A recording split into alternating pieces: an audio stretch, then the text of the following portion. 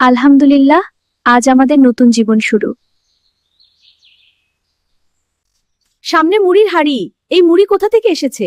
আমি এনেছি মা। বাহ, তাজা তো। হ্যাঁ, দারুণ। মা, এটা আমার শ্বশুর বাড়ি থেকে এসেছে।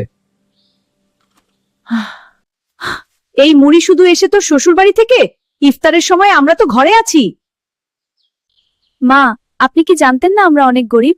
বাবার সামর্থ্য ততটুকুই ছিল। বেয়াদব! বিয়েতে একটা কিছু দেয়নি। আমার ছেলেকে আমি লালন পালন করেছি, বড় করেছি। বেয়াদব! বিয়েতে একটা কিছু দেয়নি।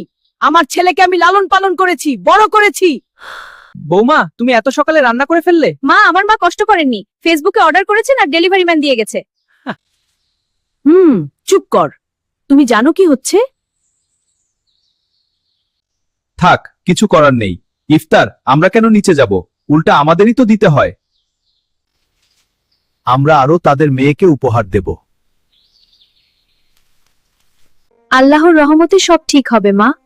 আমাদের উদ্দেশ্য সদাচরণ। ঠিক আছে, তোমার এই কথা ভালো মনে হলো। দেখলেন মা, শান্তি আনতে চাইলে কিছু বুঝতে হয়। আল্লাহর নিকট ধৈর্য রাখা ভালো। ইনশাআল্লাহ আমাদের নতুন জীবন শান্তি ও বরকতপূর্ণ হবে। চল ইফতার করি, সবাই একসাথে খাই।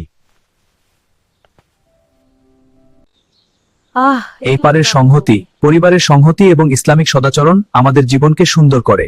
নতুন জামাই, শ্বশুর বাড়ি থেকে ইফতারি আসতে হবে কেন? নিজের বাড়িতে কি নাই? হ্যাঁ, আর ফকিরও তো আছি আমরা। সবাই একসাথে ভয়েস হওয়ার বাংলাদেশের জামাই পক্ষ মানুষ ভালো হয়ে যান, ভিক্ষা করতে মেয়ের বাড়িতে যাইয়েন না। এই পাতা খেয়ে মন ফুরফুরে হয়ে গেল। হ্যাঁ, খুব ভালো লাগছে, আরো খাব। অবশ্যই আরো নিন, লাইক কমেন্ট শেয়ার করুন।